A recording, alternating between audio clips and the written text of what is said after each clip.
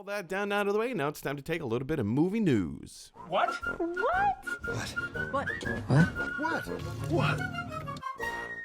All right, you guys, let's jump right into it. In our first bit of movie news, you may have heard of a little movie called Clifford the Big Red Dog. Well, now an entire year in advance, the producers of the film have decided, hey, let's go ahead and give a first look at Clifford the Big Red Dog. Early this morning, they released like a 20-second trailer, just essentially an announcement trailer. We knew this movie was coming. This movie had been talked about and, written about for a few months, if not like a year. So we know that Clifford the Big Red Dog, the major motion picture, was happening. It was coming. But now we have our first official look at what Clifford the Big Red Dog is going to look like. And, Chris, it looks like a big red dog. I'm riveted.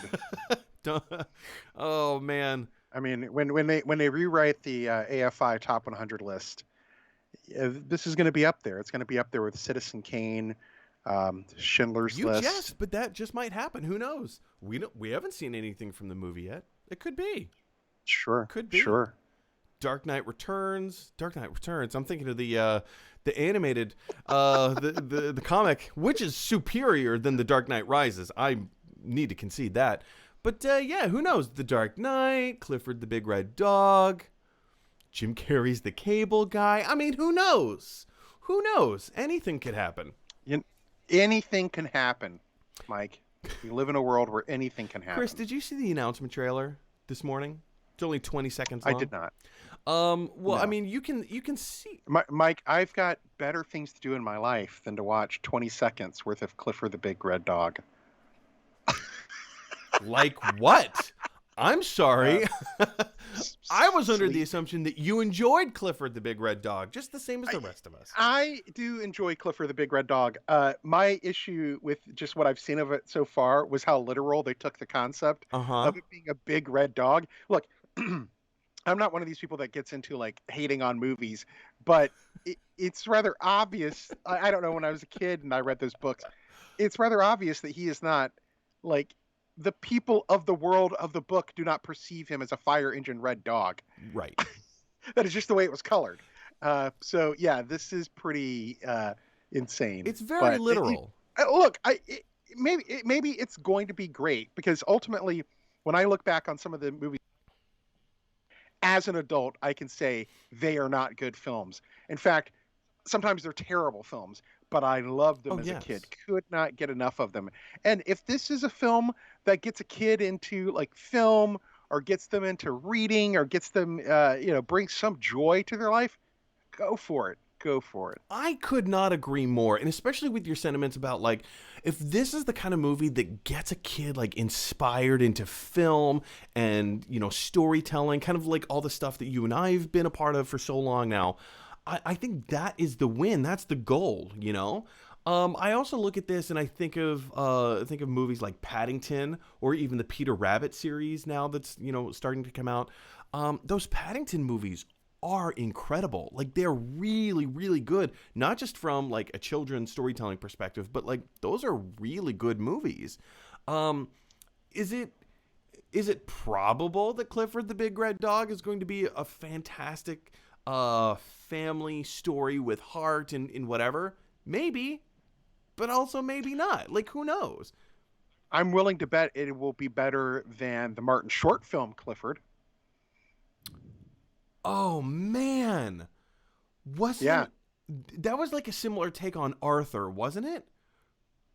Like a fish out of water kind of story. I remember slivers. I don't remember too much of this film. Martin Short, in the film Clifford, Martin Short as a 40-year-old man plays a 10-year-old boy. And it's not a film in which everyone views him. There's no... The movie was written almost like a Uncle Buck-esque, like precocious kid film, with Charles Grodin playing his soon-to-be adoptive father. So they wrote this film of this like precocious kid, and then they just cast Martin Short as the kid. It is absurd. Okay, coming back to the Big Red Hey, Dog. hey, gotta love them Hey, movies. all of them. We're all inclusive here. Here's a question that that just popped into my brain. Why release this announcement trailer a year in advance? Because this isn't slated to come out until next November, a year from now. What good does releasing a 20-second trailer, an announcement trailer of just saying, hey, A, Clifford the Big Red Dog is coming, and B, this is what he looks like? Because I will admit, like, if we're gonna be nitpicky about this, the color of the live action dog, like the tone of red is not the same color red. It's a different shade of red than what they use in the books. In the books, they stay very true to the candy apple fire engine red that we've all known Clifford the Big Red Dog to be. This is a little bit more of like a burgundy. It's a little bit more of like, it's not quite magenta, but it has a softer feel to it, right? So being that these announcements have just come out, like, okay, and Well, if you who think cares? about it, Mike, I mean, this is almost like what they did with Sonic, the Hedgehog. You know, this is a studio's way of doing really cheap market research. So if this clip comes out and they get this insane response from the internet, oh my God, the dog's color is off. Oh my God, what are they doing? They now have a year to fix it. If they get a super positive response, great. They have a year to build off that super positive response. If they get no response, which I actually think is more likely, then they know exactly what they have to do to get the response that they want. So a lot of times I think that these trailers are quote leaked or released so early because it's cheap market research. It gives them it allows them to take a temperature of the audience, and it has become, you know, sort of the thing that we do now in the industry is that we release these videos or these sneak peeks very, very early. And then the final thing I'll say is like in a world in which you have what I've not done any research on this, but there's at least 5 to 6 of viable streaming services.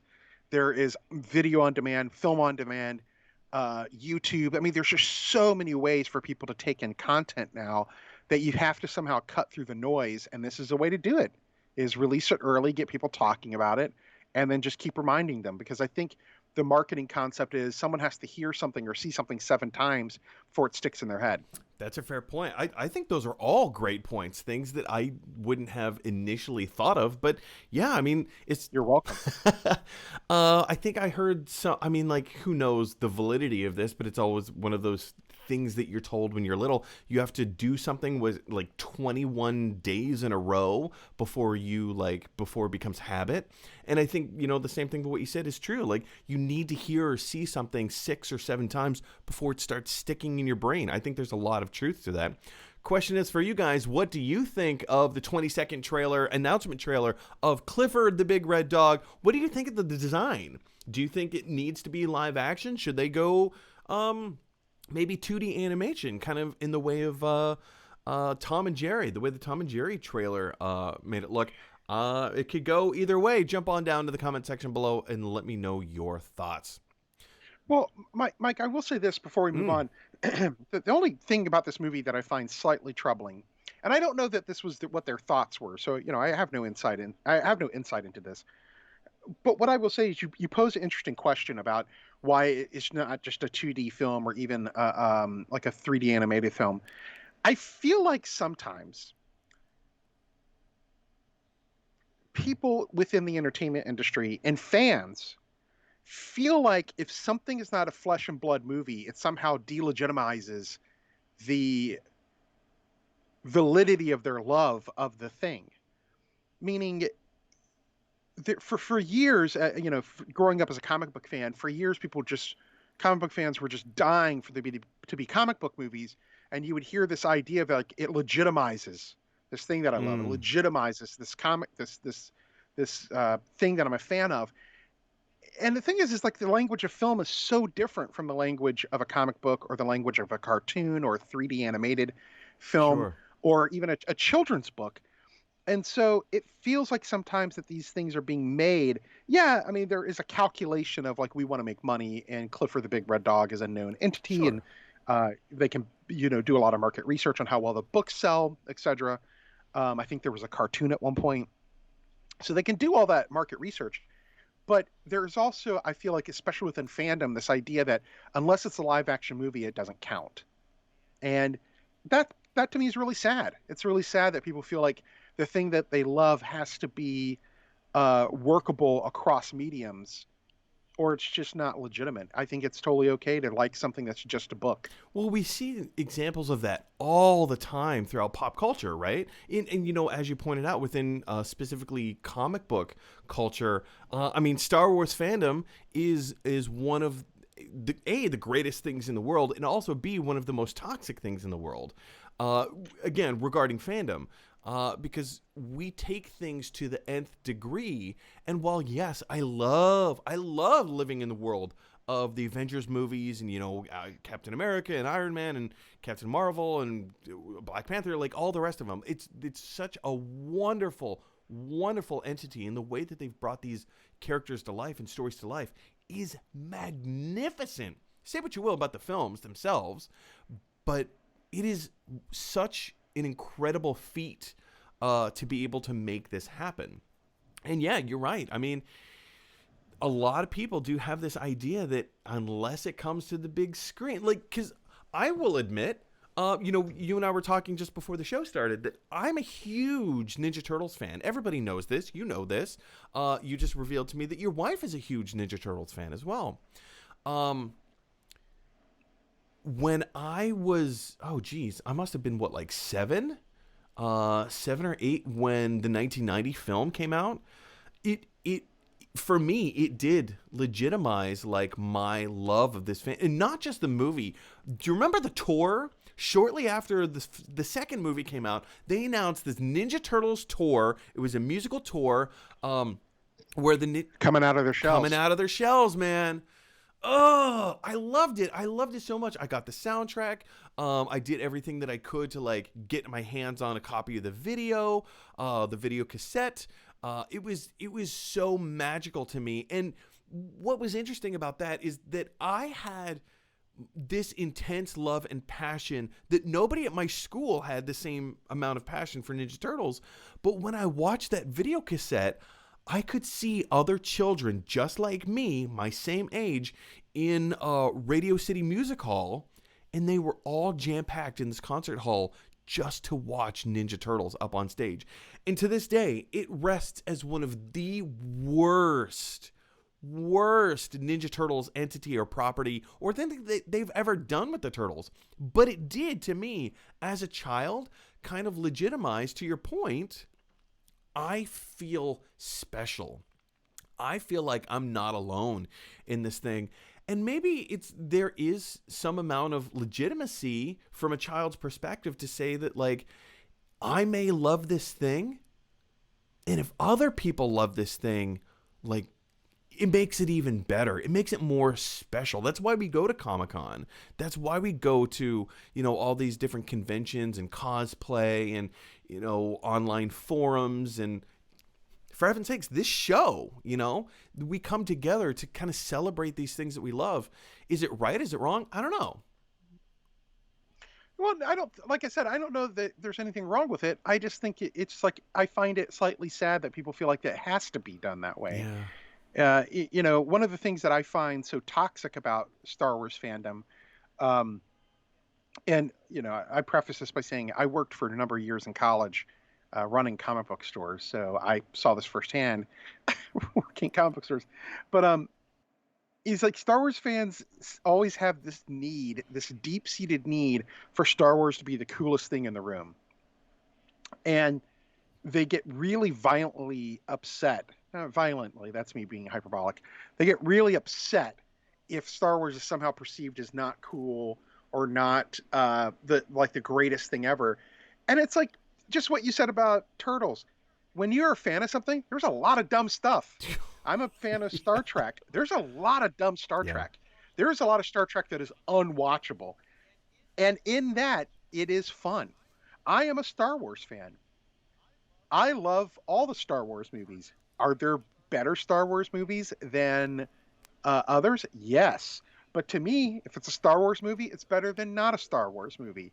Um, and and when I say I love all Star Wars, I even love the Ewoks films, and those are You're terrible talking about movies. like the Battle for And Endor and Courage, Caravan of yes, Courage. Yeah. yes, Holiday, and they're Star Wars dumb. holiday special.